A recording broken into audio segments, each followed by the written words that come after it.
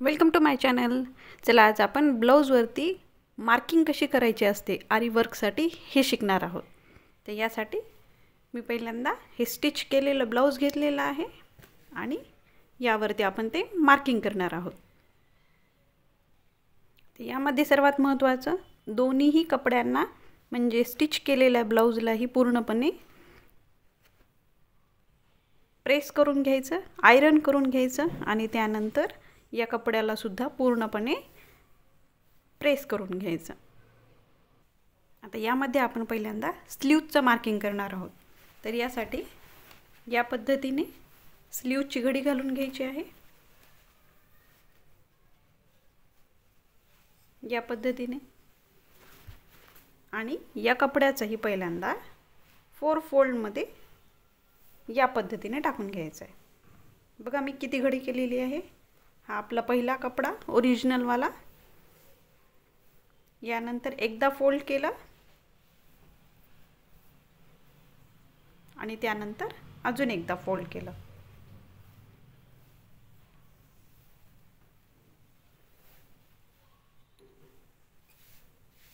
यामध्ये ही पूर्ण बंद साइड आहे आणि ही ओपन साइड येणार आहे त्याची.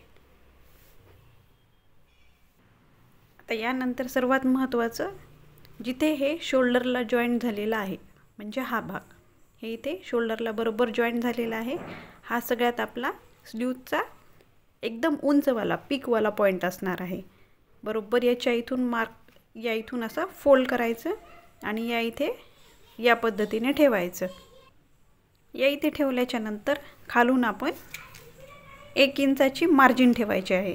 कारण या इकडूनही कपडा फोल्ड होणार आहे आणि या इकडूनही कपडा फोल्ड होणार आहे. हे इकडून 1 इंचाची मार्जिन खाली ठेवून मग वरती या पद्धतीने ठेवलेला आहे.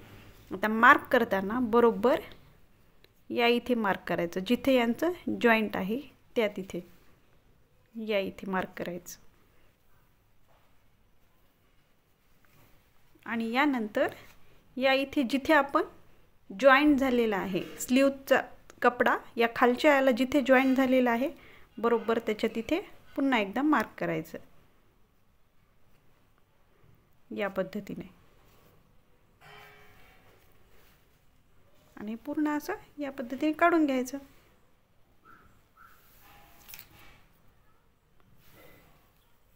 सेंटरमध्ये थोडंसं या इथे पण मार्क करून घ्यायचं.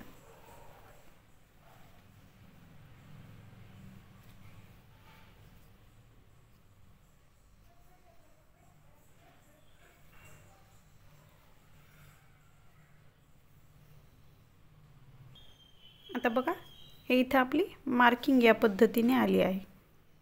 हे सगळे डॉट्स जॉईन करून घ्यायचे.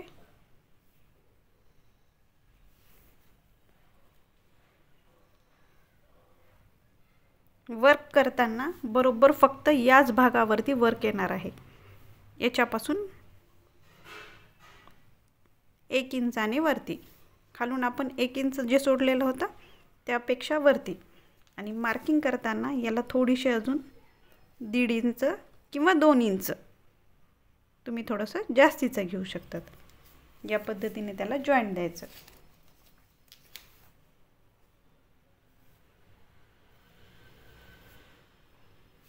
या पद्धतीने एक साईडची मार्किंग झालेली आहे. आता ही एक साईडची मार्किंग घेतलेली आहे. त्यानंतर याला पुन्हा फोल्ड करायचं.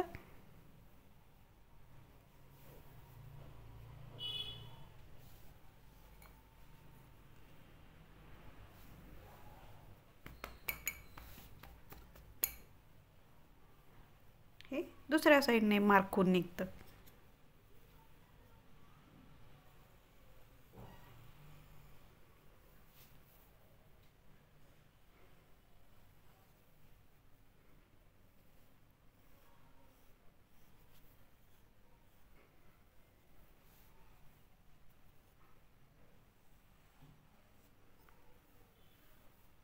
या पद्धतीने एक स्लीव्ह झालेली आहे.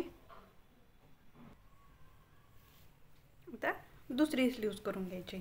या इथून पुन्हा सेंटरमधून त्याला पुन्हा फोल्ड करायचं या पद्धतीने.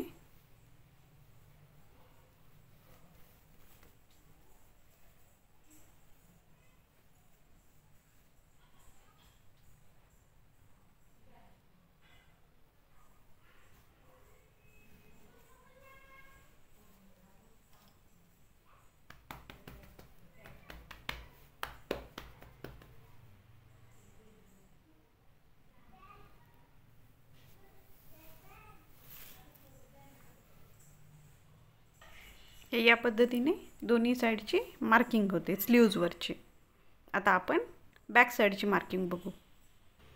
आता बॅक साईडची मार्किंग करतानाही या पद्धतीने बंद भाग आपल्या साईडने ठेवलेला आहे आणि यावरती या पद्धतीने ब्लाऊज ठेवायचं.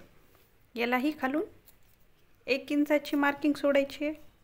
1 इंच खालच्या साईडने सोडून द्यायचा आहे भाग आणि 1 इंचापासून वरती ठेवायचं आहे ब्लाऊज, जेणेकरून या इकडूनही फोल्ड करायचं असतं आपल्याला आणि शोल्डरच्या इकडूनही फोल्ड करायचं असतं. तर या पद्धतीने आपण ब्लाऊज ठेवून घेतलं.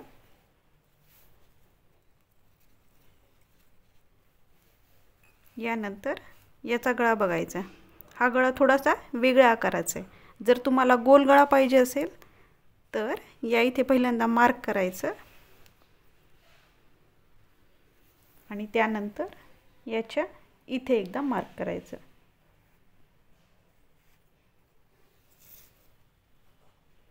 शोल्डर जिथे जॉईंट झालेला आहे स्लीव्जला तिथेही मार्किंग करायचं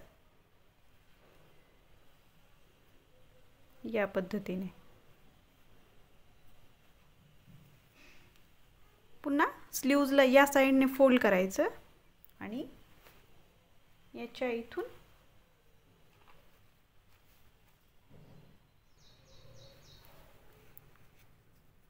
या इथे जॉईंट दिलेला आहे, इथून पुन्हा खाली मार्क करायचं.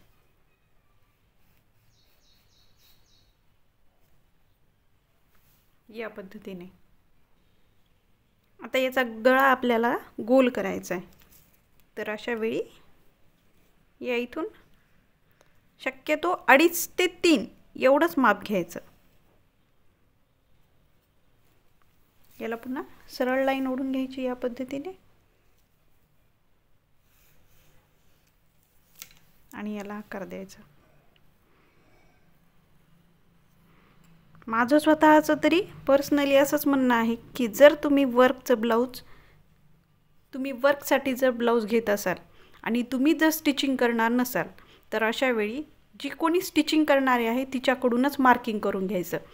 कारण त्यामध्ये प्रॉब्लेम काय येतो की या इथे शोल्डरचं कोणी मार्किंग करताना या इथून मार्किंग करतं किंवा या इकडून सुद्धा या पद्धतीने मार्किंग करतं. तर यामध्ये पुन्हा स्टिचिंगमध्ये प्रॉब्लेम येतो तिलासुद्धा. त्यामुळे शक्यतो मी प्रेफर करत असताना स्टिचिंग करताना जिच्याकडून स्टिचिंग करायची आहे तिच्याकडूनच मार्किंग करून घेऊन यायला सांगते. हा आता अर्धा भाग झालेला आहे. यानंतर पुन्हा याला फोल्ड करून घ्यायचं उलट्या साईडने.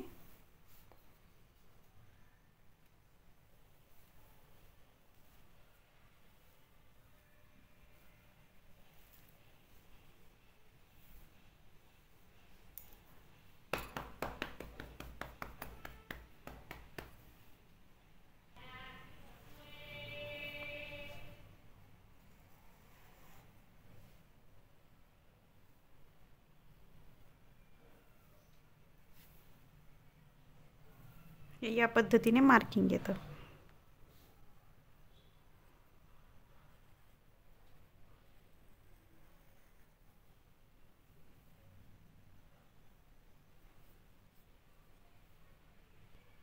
या पद्धतीने बॅक साईडचं पूर्ण मार्किंग होतं. तर यानंतर पुढच्या साईडचं आपल्याला मार्किंग करायचं आहे. तर त्यावेळी उजव्या साईडचं जो भाग आहे तो भाग या पद्धतीने ठेवायचा. याला इकडून अर्धा इंचाची मार्जिन सोडायची आणि खालून 1 इंचाची मार्जिन सोडायची. या पद्धतीने 1 इंचाची खालून मार्किंग सोडलेली आहे. खालून एक रेष मारून घ्यायची आणि या साईडने बरोबर अर्धा इंचाची मार्किंग सोडून द्यायची. यानंतर या इथे मार्क करायचे आणि शोल्डर जिथे जॉईंट झालेलं आहे बरोबर तिथे एकदा मार्क करायचं या पद्धतीने.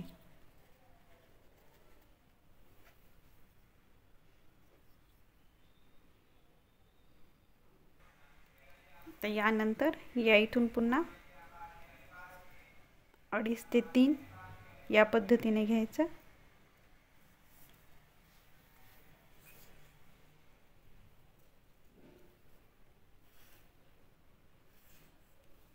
आणि याला आकार देऊन घ्यायचा।